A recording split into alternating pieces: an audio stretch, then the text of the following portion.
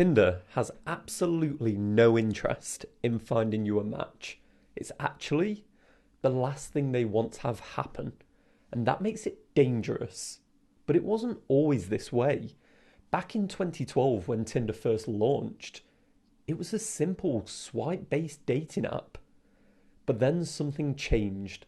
A shift happened in 2015 which doomed modern dating and has led Tinder to being the second most hated app in the world and leaving people feeling lonely and isolated. And I'm going to show you how this happened.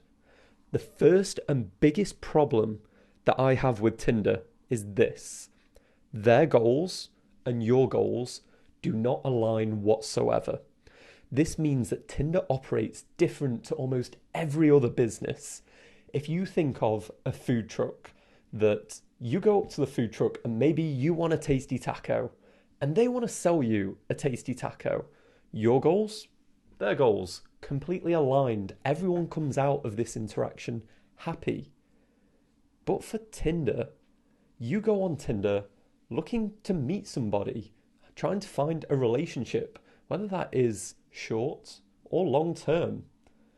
But from Tinder's perspective, if they give you that relationship, not only do they lose you as a customer, they lose someone else as well. That is two lots of potential revenue that has just vanished out of their system.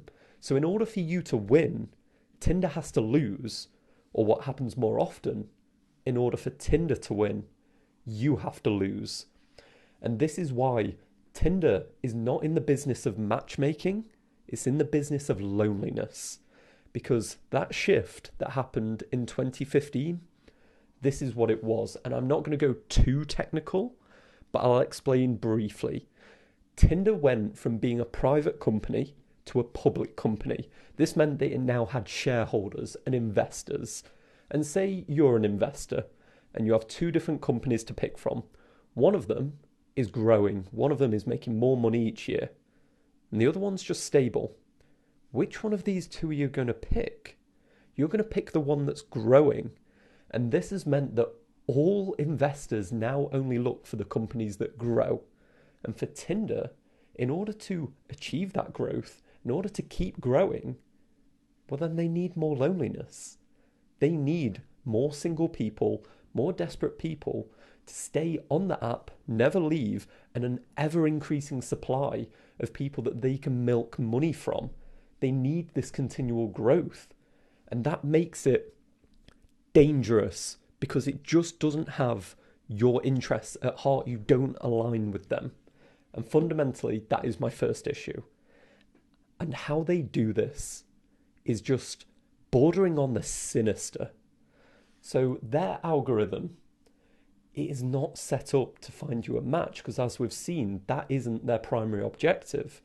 Their primary objective is to convert you into a paying customer because only around 3% of dating app revenue comes from advertising. You know, those little adverts that you see as you're sort of swiping through. They don't really make that much money from it. Their core financial premise is the conversion of people that join for free who then become premium members. The ones that buy Tinder Gold, Tinder Platinum, that's where they make their money. So the algorithm is purely designed not to do, oh, how can we match up Brad and Sophie the best?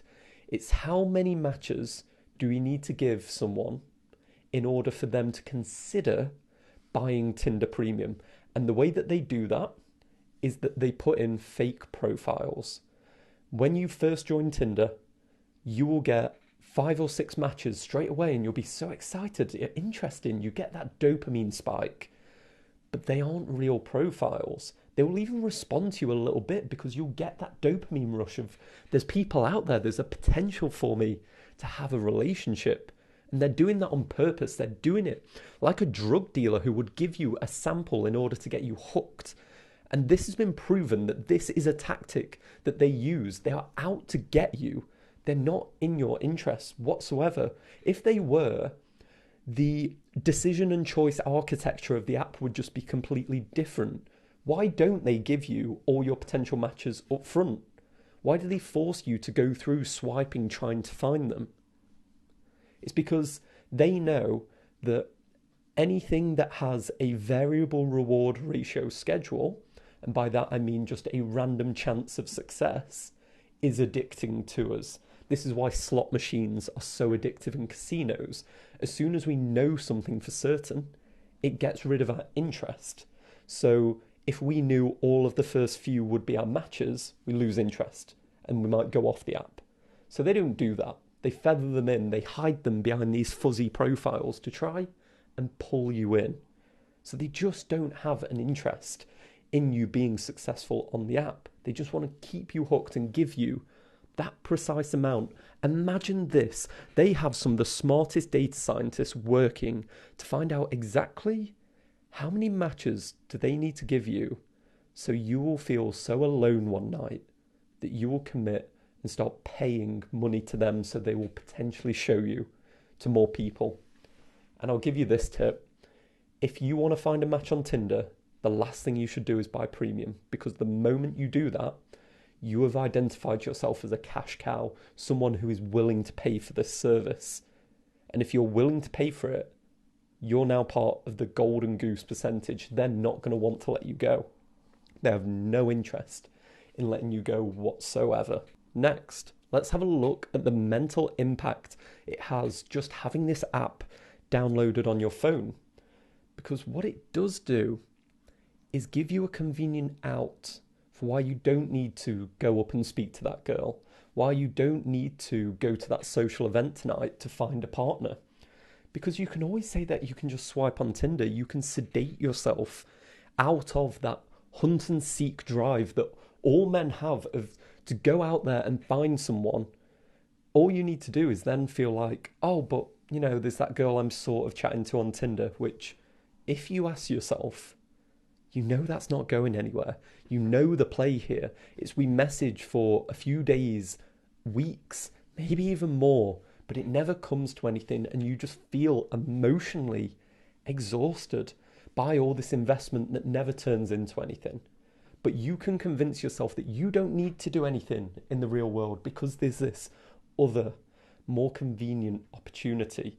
So that takes away from your own personal drive to go get it. And everyone that uses this app ends up miserable. It's not... It trains people to see other human beings as a commodity. It trains us to swipe on them like we're looking at an Amazon shopping list. It's not good, it's not healthy, and that will always have a negative impact in the long run, because how are we meant to treat people with the appropriate respect that we should if this is the case? And how are other people going to treat us with respect if what one of the big problems is, why should you ever deal with a conflict in a relationship? Why should you ever have to come over the challenges that naturally come with having a relationship when you know you could just go swipe and go speak to someone new? The barrier to exit has never been lower, and Tinder encourages this. They know for a fact that 2/3 of Tinder users are already in relationships. They don't care. This app is being used to deliberately break down the fabric of society, which is having relationships together in a strong manner so people can act appropriately and be who they are in the world. They have no interest in that. They want you lonely. They want you hunkered down in bed, eating takeaways, just swiping and swiping away. They want that miserable existence for you. And they are taking away what is one of, if not the most precious experience we go through in life. That our relationships, that's what it comes down to. It isn't anything else. It's not what you bought and the wealth you accumulated over your life. It's the relationships you had that determined how fulfilling your life was. And that's what they're stealing away. And that's why it does frustrate me so much, and why it speaks to me, and why Tinder is the most dangerous app that we could have, is destroying that fundamental bond that we have between people. So Tinder wants to keep you single. If you want to escape that, simply put, delete the app and start having real relationships.